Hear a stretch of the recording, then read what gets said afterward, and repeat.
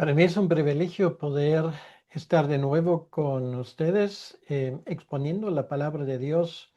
Y estamos en la segunda epístola de Pedro, hoy terminando el capítulo 1. Lo que Pedro nos ha hecho llegar en este primer capítulo hasta el momento son sus palabras de despedida. La última vez nos dimos cuenta que Pedro está a punto ya de dejar este mundo y lo que él quiere que sus lectores, los que escuchan la lectura de esa epístola, sepan, son cosas fundamentales de la fe. Y también es el tema que nos va a ocupar hoy. La última vez Pedro insistió de que no está diciendo en esa epístola nada nuevo, sino simplemente recordando a los que le escuchan de las cosas que ellos ya saben. Pero la idea es que ellos tienen que tomar esas cosas en serias, no olvidarlos. Y hoy llegamos al tema de la historicidad. No deben de olvidarlo porque esas cosas son cosas que fueron revelados de parte de Dios y que en la vida de los que fueron testigos ocurrieron como hechos históricos. Quiere decir, Pedro y los demás apóstoles como testigos del ministerio de la resurrección de Jesucristo están comunicando fielmente lo que ellos vieron con sus propios ojos y lo que estaba escrito en el Antiguo Testamento como palabra profética. Por esto el título de este mensaje es La palabra profética. Y vamos a leer del primer capítulo de Segunda de Pedro, a partir del versículo 16 hasta el versículo 21. Segunda de Pedro capítulo 1, versículo 16 hasta el 21. Y dice así la palabra de Dios. Porque no os hemos dado a conocer el poder y la venida de nuestro Señor Jesucristo siguiendo fábulas artificiosas, sino como habiendo visto con nuestros propios ojos su majestad, pues cuando él recibió de Dios Padre honra y gloria, le fue enviada desde la magnífica gloria una vez que decía, este es mi Hijo amado, en el cual tengo complacencia. Y nosotros oímos esta voz enviada del cielo cuando estábamos con él en el Monte Santo. Tenemos también la palabra profética más segura, a la cual hacéis bien en estar atentos como a una antorcha que alumbra en lugar oscuro, hasta que el día esclarezca y el lucero de la mañana salga en vuestros corazones. Entendiendo primero esto, que ninguna profecía de la Escritura es de interpretación privada, porque nunca la profecía fue traída por voluntad humana, sino que los santos hombres de Dios hablaron siendo inspirados por el Espíritu Santo. Hasta aquí la palabra de Dios y vamos a pedirle al Señor que Él bendiga esa exposición de su palabra. Señor nuestro Dios, una vez más te agradecemos por la posibilidad de escuchar lo que tú nos dices en estos versículos. Gracias que nos ayudan a entender la importancia de la Biblia. Y sobre todo, Señor, es nuestro deseo que en estos momentos tú centres nuestra atención en lo que vamos a escuchar. Ayúdanos, Señor, a entender lo que nos quieres decir y comunicar a través de este pasaje de tu sagrada palabra. Te lo pedimos, Señor, en tu nombre, para tu honra y para tu gloria. Amén. Por lo tanto, estamos ante uno de los textos, en mi opinión, más interesantes que hablen sobre el origen de lo que podríamos llamar la Biblia. juntamente con Segunda de Timoteo capítulo 3, Segunda de Pedro capítulo 1, los versículos finales son los dos versículos o los dos pasajes claves que nos hablan de la inspiración de la Biblia. Pero mientras Segunda de Timoteo capítulo 3 nos dice sobre la naturaleza de esa inspiración, el pasaje aquí nos habla sobre otro aspecto, y esto es cómo se llevó a cabo esa inspiración. De esto vamos a escuchar un poco más adelante. Vamos ahora a considerar estos textos, estos versículos, no olvidando que el puente con lo que Pedro había escrito anterior, es precisamente el tema del recordatorio. Pedro quiere que sus discípulos, supongo que la mayoría desconocidos, los que van a escuchar la lectura de esta epístola, tengan el fundamento de su fe claramente en sus cabezas. ¿Por qué está predicando Pedro lo que está predicando? Porque él había escrito esa carta. Aquí dice porque nos hemos dado a conocer el poder y la venida de nuestro Señor Jesucristo siguiendo fábulas artificiosas. Lo primero que Pedro aquí dice es que la fe cristiana es una fe histórica. Esto es algo que la Biblia nos dice en muchos sitios y es algo que la fe cristiana tiene como algo único. La fe cristiana es una fe histórica, quiere decir que se está estableciendo sobre hechos comprobables, no sobre fábulas. Y esto es algo que lo escuchamos mucho hoy en día, que muchas de esas historias fueron inventadas. Bueno, hay teólogos protestantes que dicen exactamente esto, que nuestro Nuevo Testamento no es otra cosa que el producto de gente que escribió algo como fábulas, cuentos de hadas, historias que te calientan el corazón, pero esto no tiene nada que ver con la historia. Y es falso. Es una de las mentiras de Satanás precisamente de engañarnos en esa área. La fe cristiana es una fe comprobable. Sí, comprobable.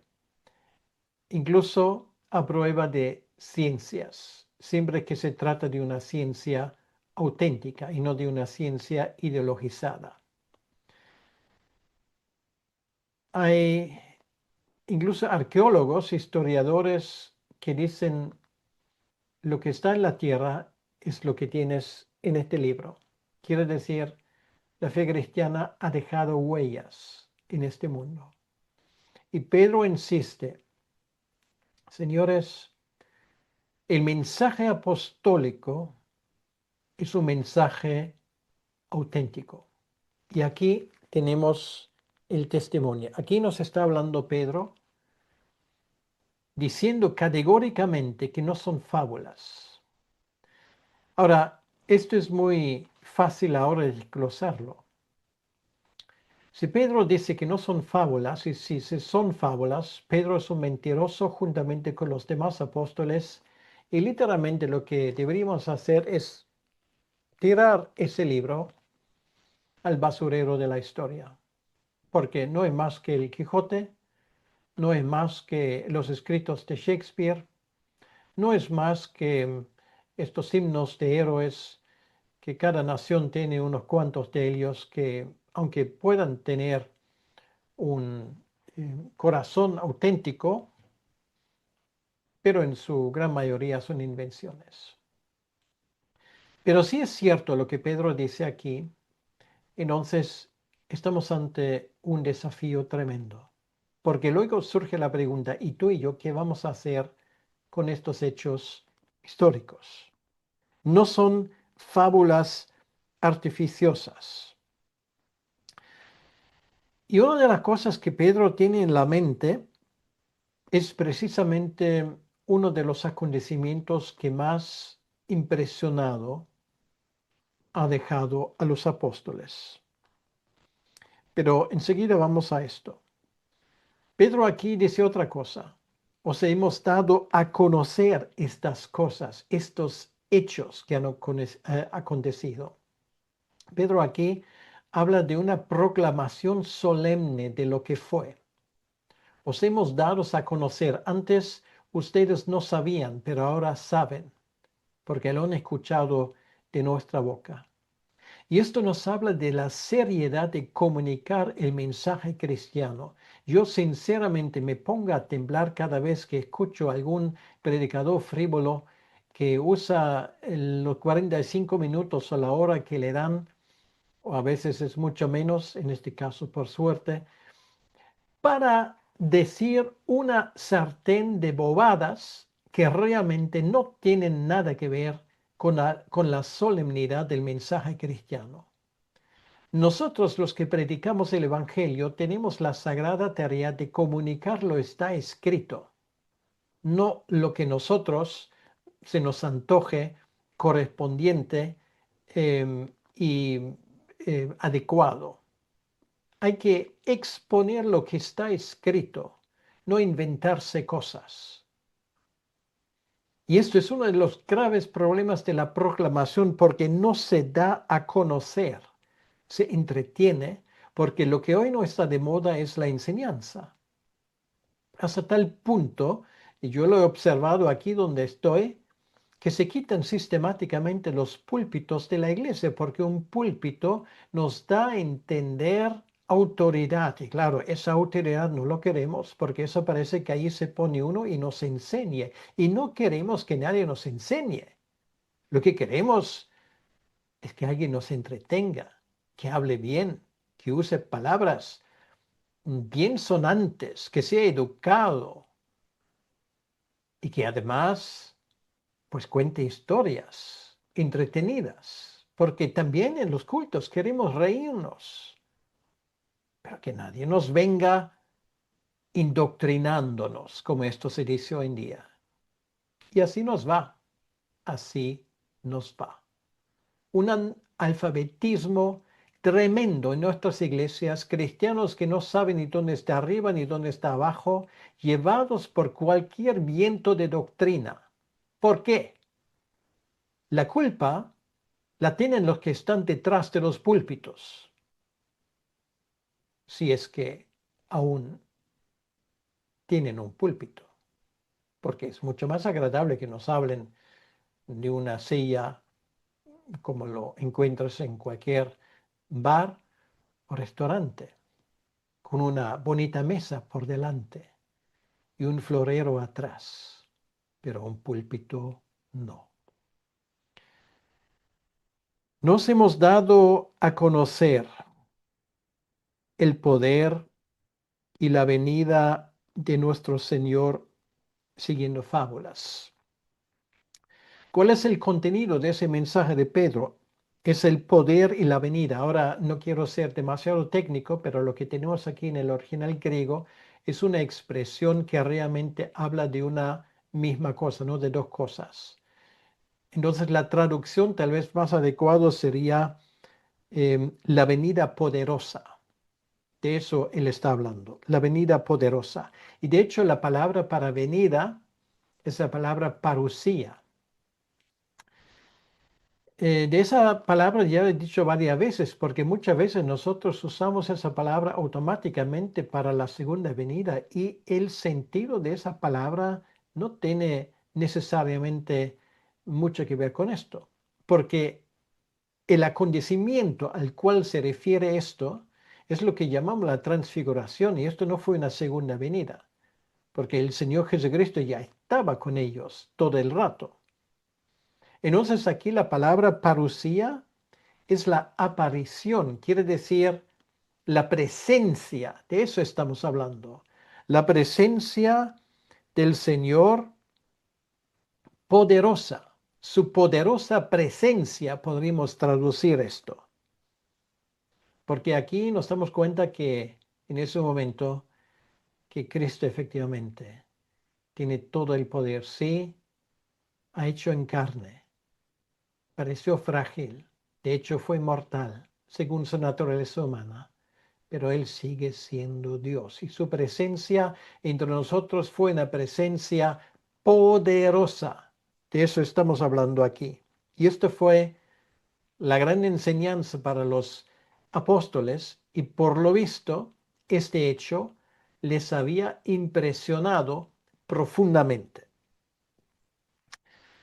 Pues entonces, esto no fue una fábula imaginada, artificial, inventada. Allí estaba presente Pedro, estaba presente Juan y estaba presente Santiago o Jacobo. Entonces, él dice aquí otra cosa. Esto lo hemos visto con nuestros propios ojos. Somos testigos. Ahora, si Pedro aquí miente, si esto no fuera verdad, entonces el resto lo podemos olvidarlo, pero es la verdad. Además, los evangelios nos lo confirman. Y bueno, como ya hemos hablado bastante de ese tema, vamos a escuchar la historia en Marcos capítulo 9, 2 al 7. Se nos dice lo siguiente. 6 días después, Jesús tomó a Pedro, a Jacobo y a Juan y los llevó aparte solos a un monte alto. Algunos piensan que podría haber sido el monte Tabor, pero para eso hay varias interpretaciones. Y se transfiguró delante de ellos. ¿Vale? Esto es una parusía, quiere decir que Él está presente, su presencia, pero de una forma gloriosa. Y sus vestidos se volvieron resplandecientes, muy blancos como la nieve, tanto que ningún lavador en la tierra los puede hacer tan blancos. Y les apareció Elías con Moisés, que hablaban con Jesús. Entonces Pedro dijo a Jesús, Maestro, bueno es para nosotros. Bueno, pues este es ese Pedro que nos escribe la segunda epístola. Pedro dijo a Jesús, Maestro, bueno es para nosotros que estemos aquí. Y hagamos 3 enramadas, una para ti, otra para Moisés y otra para Elías. Porque no sabía lo que hablaba, pues estaban espantados. Les había hecho una tremenda impresión esto. Entonces vino una nube que les hizo sombra y desde la nube una voz que decía, este es mi Hijo amado, a él oíd. Pues hasta aquí el relato que por cierto lo encontramos en los 3 evangelios y es Lucas quien añade que el centro de esa conversación fue el tema del sufrimiento, de la pasión, la muerte, la resurrección de Jesucristo. Pero volviendo a nuestro texto, esto es lo que ellos habían visto, así lo han contado con toda la solemnidad.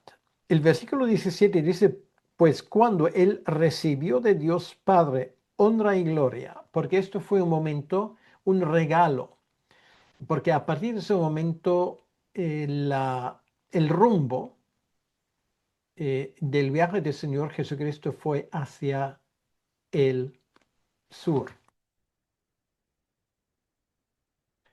Entonces, hacia Jerusalén.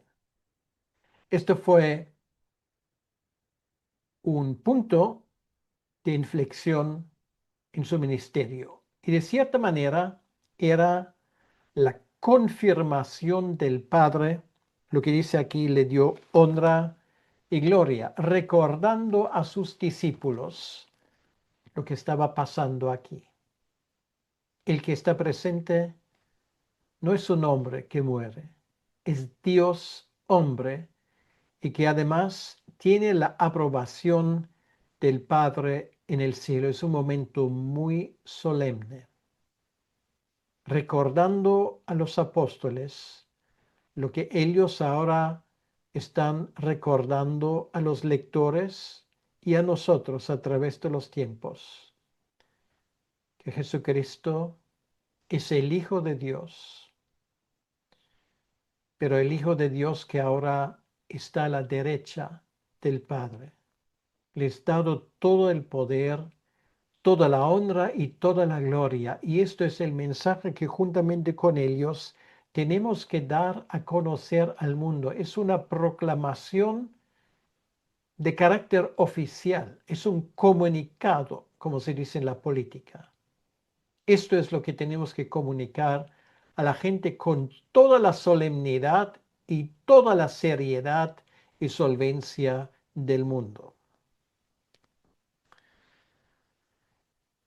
Y esa aprobación tenemos en esas palabras del Padre: este es mi Hijo amado. Esas palabras son tremendas porque este Hijo amado, estamos hablando del Creador de los cielos y de la tierra, del Dios omnipotente, majestuoso, del Dios que subsiste en tres personas, toda santidad, toda luz, fuego devorador, santidad pura. Y ese Dios tiene un Hijo amado, Dios el Hijo, que asumió una naturaleza humana, llegó a nuestra tierra con el propósito de redimirnos. Dios el Padre le ama profundamente, le da lo más caro que existe en el universo, que es el Hijo de Dios. Asumir un cuerpo humano, asumir una naturaleza humana y morir en nuestro lugar. Palabras solemnes. ¿Cómo podemos comunicar este mensaje y dejar atrás esta solemnidad? Es lo que el mundo y lo que los creyentes tienen que escuchar. El Hijo amado que da su vida por nosotros. Y el Padre tiene complacencia en él.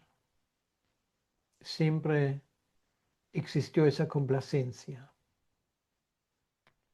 desde la eternidad. ¿Nos podemos imaginar lo que implican esas palabras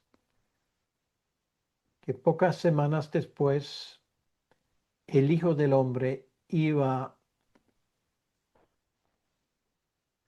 a exclamar en la cruz: Dios mío, ¿por qué me has abandonado?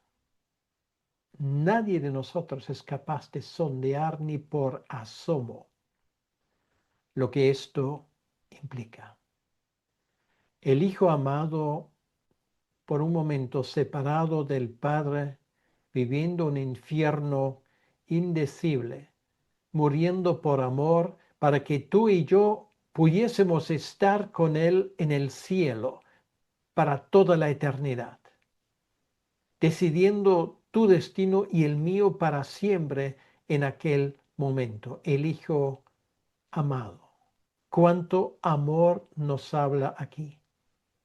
Qué insondable es esa tremenda benevolencia del Padre hacia nosotros dándonos su Hijo. Podríamos seguir y seguir y seguir con esto. Y creo que ahora entendemos por qué esa frivolidad con la cual muchas veces se habla hoy en día de este glorioso evangelio es realmente repugnante. Y nosotros oímos, dice Pedro, esta voz enviada del cielo. No solamente vieron sus ojos, también sus oídos escucharon. Tres evangelistas lo confirman.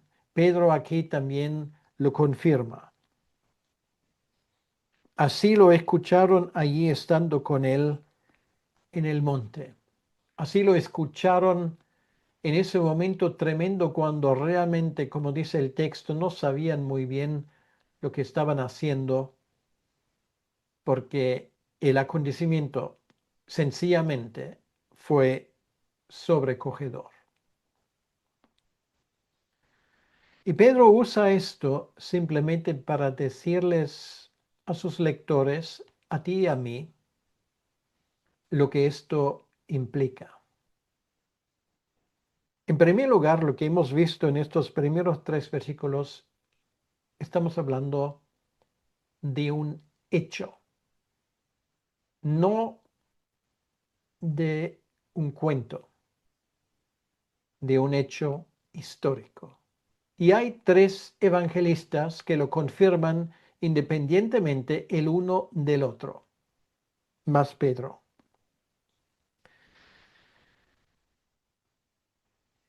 Pero alguien puede decir, vale, Pedro, pero ¿quién me dice, hay, hay más prueba que estos? Y Pedro dice, sí, tenemos la palabra profética. Lo que en aquel entonces fue el Antiguo Testamento, lo que ahora es el Antiguo y el Nuevo Testamento. Esos 66 libros, de la cual Segunda de Pedro es uno, que nos da el testimonio profético apostólico, la revelación divina, resumida. Y aquí dice, tenemos también la palabra profética más segura. Quiere decir, con este milagro que hemos visto, nos es confirmado lo que está escrito, porque esto fue el tema de los profetas, la gloria del Hijo de Dios. Y esto quiere decir que un milagro siempre confirma lo que está escrito, siempre confirma lo que los profetas han dicho, nunca lo contradice. Y lo que Pedro dice, esto encaja perfectamente en ese contexto. Tenemos también la palabra profética más segura, lo cual quiere decir si aún todavía tal vez teníamos alguna duda como esto pudiese encajar, pues ahora ya no, porque lo hemos visto con nuestros propios ojos, que todo lo que fue anunciado por los profetas en Cristo se ha cumplido, porque Pedro ahora habla después de los acontecimientos, aunque en ese momento no lo entendió del todo. Tenemos esa palabra profética más segura. ¿Por qué? Porque el Antiguo Testamento es confirmado por el Nuevo Testamento. Los hechos van en esa dirección. Se confirma históricamente. El Nuevo Testamento no es otra cosa que la confirmación histórica de lo que los profetas habían anunciado en el Antiguo Testamento. Y por lo tanto, Pedro dice, ya que las cosas son así, ustedes hacen bien en prestar atención a lo que está escrito. Ustedes hacen bien en prestar atención a lo que está escrito. A la cual hacéis bien en estar atentos como a una antorcha que alumbra en lugar oscuro. Quiere decir, como sabemos del famoso cita del Salmo 119, versículo 105, que la palabra de Dios es una lumbrera, algo que nos ilumina en el camino. La palabra de Dios nos da luz, nos da orientación. Esto es una de sus funciones. Nos ilumina literalmente. Si alguien cree que puede entender ese mundo sin la revelación divina, se equivoca. Y por lo tanto, insistimos una y otra vez en esa verdad. La palabra de Dios es nuestra guía. La palabra de Dios nos ayuda a entender ese mundo y a nosotros y lo que podemos saber de Dios. Aquí dice que es una antorcha que alumbra en lugar oscuro. ¿El lugar oscuro cuál es? Pues es este mundo. Pero no tenemos filósofos y gente que nos ha dado mucha sabiduría. Confucio, Sócrates, en comparación con la Biblia, ni Confucio ni Sócrates, aunque hayan dicho cosas muy verídicas, nos pueden alumbrar, porque aquí está toda la luz. La Biblia nos dice todo lo que tenemos que saber en cuanto a Dios, en cuanto a este mundo, en cuanto a nosotros. Una antorcha alumbra.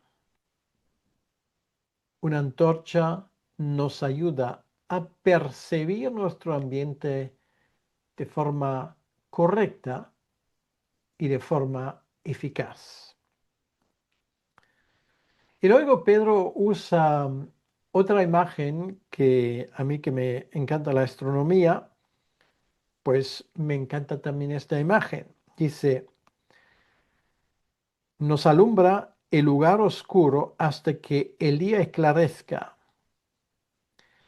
y el lucero de la mañana salga en vuestros corazones. Bueno, esa palabra de Dios nos da luz. Entonces, ¿a qué se refiere Pedro aquí? Bueno, por la noche nos hace falta una antorcha. Hoy no lo usamos, hoy usamos la luz de nuestro celular o usamos una, pues cualquier luz que tenemos a nuestra disposición para ver. Pero luego, no sé si te has dado cuenta, es que hay un planeta que es el planeta Venus, que es, aparte de la Luna, aparte del Sol, el objeto celestial más brillante. Por lo tanto, se le llama el lucero del alba, porque cuando sale por la mañana, sale antes del sol, pero poco antes del sol. Esto puede ser 1 hora, 2 horas antes, y es muy reluciente, es imposible no verlo. Y sale en la zona donde sale el sol. Por su cercanía a nuestro sol, Venus siempre está cerca del sol y nos da el mensaje, ahora pronto va a amanecer. Y a esto Pedro se refiere, pues por lo visto algo sabe de astronomía y es precisamente la idea de que el sol de justicia nos va a brillar pronto. Y cuando el sol brille, pues ya nos hace falta una antorcha que nos alumbre el camino, porque ahora Cristo nos va a alumbrar. Esto quiere decir que la palabra de Dios mm, ya no va a existir, sí, va a existir de la misma manera como un foco, una luz, una vela existe después de que salga el sol. La palabra de Dios es eterna. Pero cuando la palabra de Dios, Cristo, está con nosotros, y a eso se refiere, ya no hace falta una lumbrera. Hasta que el día esclarezca el lucero de la mañana, salga en vuestros corazones. Quiere decir, hasta que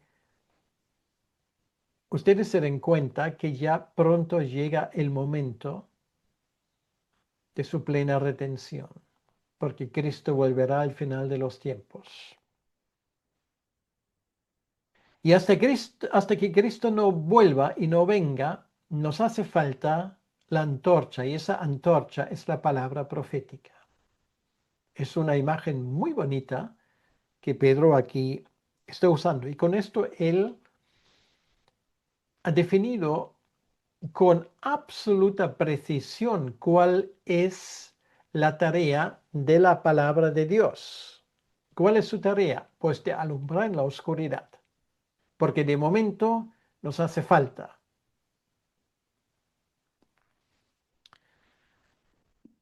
Y hay que entender en cuanto a esa palabra varias cosas que son absolutamente fundamentales. Primero, él dice, Que ninguna profecía de la Escritura es de interpretación privada. Claro, este versículo se ha mal usado muchas veces. Por ejemplo, por la Iglesia Católica Romana, que dice, bueno, aquí tenemos un versículo que dice que esa manía protestante de que cada uno tiene que tener su propia Biblia y puede leerla por sí mismo, entenderlo por sí mismo, esto no es lo que Dios quiere. Pues lo siento mucho, pero obviamente no es el contexto ni es la intención de ese versículo. Lo que Pedro aquí en el contexto, y por lo tanto es tan importante el contexto, él nos dice que ninguno de los apóstoles o de los profetas del Antiguo Testamento se sentó para decir, bueno, hoy parece un buen día y creo que voy a escribir una parte de la Biblia para que la gente entienda mejor. Y voy a poner aquí un poco mis ideas, lo que yo creo que se debe de pensar sobre la fe cristiana y así Pablo, por ejemplo, escribió Romanos. Bueno, yo sé que hay algún que otro teólogo, supuesto pastor, que piensa esto, pero las cosas no son así, dice Pedro. Porque ninguna profecía de la Escritura, lo cual quiere decir todo el Antiguo Testamento es lo que había en aquel entonces y hoy por razones que por falta de tiempo no puedo entrar, también añadimos el Nuevo Testamento. Esta interpretación privada quiere decir que allí, esto no son ideas particulares de que un Pedro, un Juan, allí pone por escrito. O, por ejemplo, Lucas dice, mira, sería interesante pues escribirle algo a este Teófilo y voy a ponerle ahí un poco mi opinión sobre las cosas. No, esto no es la idea. Entonces, la pregunta surge, bueno, entonces si esto no es, entonces, ¿qué es? Y es lo que Pedro ahora nos dice. En el versículo 21 dice, porque nunca la profecía fue traída por voluntad humana.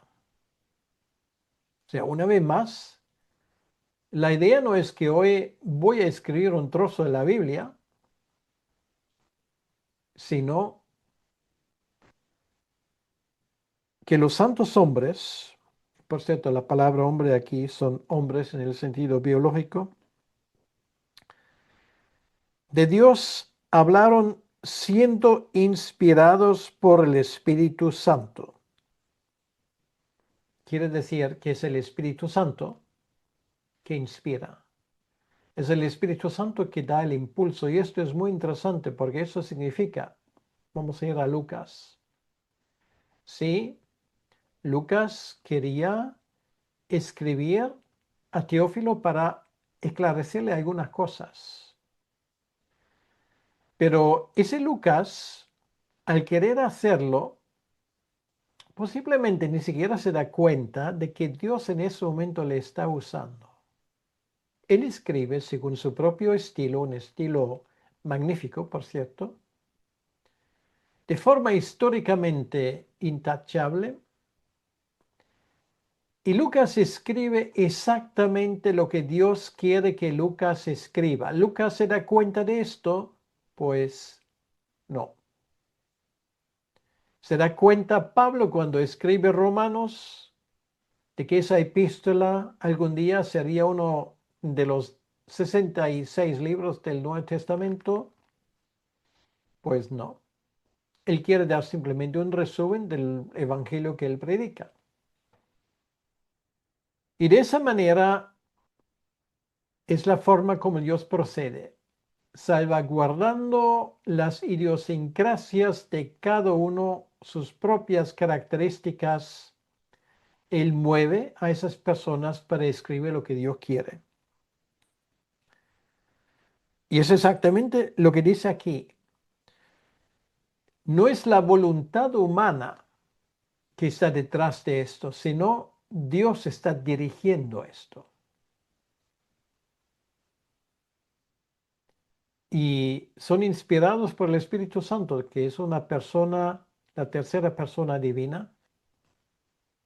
la tercera persona de la Trinidad, y escriben aunque ellos no se den cuenta exactamente lo que este Espíritu quiere que ellos escriban. Por lo tanto, eso descarta completamente de que la Biblia refleje opiniones personales, experiencias personales, y da igual si se trata de Moisés o si se trata del apóstol Pablo. La Biblia es un mensaje que nos viene de parte de Dios. Es inspirado por el Espíritu Santo, dado para nosotros, para que nosotros conozcamos la realidad espiritual. Y esto es la razón por la cual Pedro dice, esa palabra es fiable. No son cuentas de hadas. Lleva el sello de autenticidad de nuestro Dios. Y por lo tanto, cuando tú lees estos versículos, Dios te habla. Dios te habla porque es el Espíritu Santo que ha inspirado a Pedro a escribir esas cosas. Lo que yo te digo no es inspirado. Yo intento ayudarte con el entendimiento, pero si tú lees ese texto sagrado, Dios te habla. Cuando tú lees los 10 mandamientos o en el libro de Levítico, estas múltiples veces cuando dice, y dijo el Señor, pues Dios te habla de la misma manera como habló a Moisés y a los israelitas 3500 años antes. Dios te sigue hablando. Y ahora la pregunta y el desafío viene, ¿y cómo respondes tú?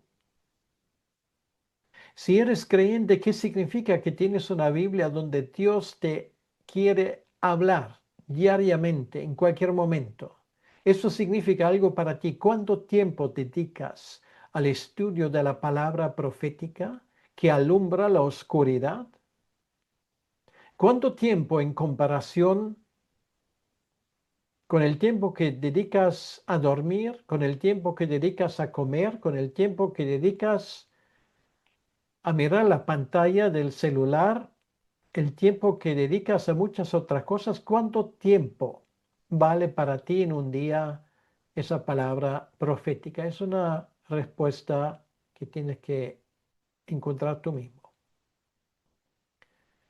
Y por otro lado, si por si acaso me escuchas ahora y todavía no sabes si eres creyente o no, más que no, que sí. Entonces, mi mensaje para ti es, Dios te está hablando, no porque yo te estoy hablando, sino porque acabas de escuchar la palabra de Dios. Dios te está hablando. ¿Qué vas a hacer con este mensaje divino? Los apóstoles, como dice Pedro, nos lo han dado a conocer. Los profetas, los apóstoles. Tenemos este libro. ¿Qué vas a hacer con la Biblia? Porque Dios te está hablando. ¿Vas a ignorar su palabra? Por eso, como alguien que quiere dar a conocer la palabra de Dios, te pido que vengas a Cristo, que vengas a aquel que es el Hijo amado, que ha dado su vida para morir en la cruz del Calvario por los suyos. Y te pido que hoy sea el día cuando tú también te entregas a Él con la ayuda de Dios. Vamos a orar. Señor, una vez más te damos las gracias por esa palabra y pedimos, Señor, que tú bendigas esa palabra en nosotros de Segunda de Pedro para que podamos entender de la mejor manera. Ayúdanos, Señor, a ser perspicaces, a tomar en cuenta lo que tu palabra nos dice. Y te pido, Señor, si hay una persona entre nosotros que ha recibido tu llamado en ese momento, Señor, que tú hagas tu obra sobrenatural en la vida de esa persona. Te lo pido, Señor, en tu nombre. Amén. Que Dios te bendiga.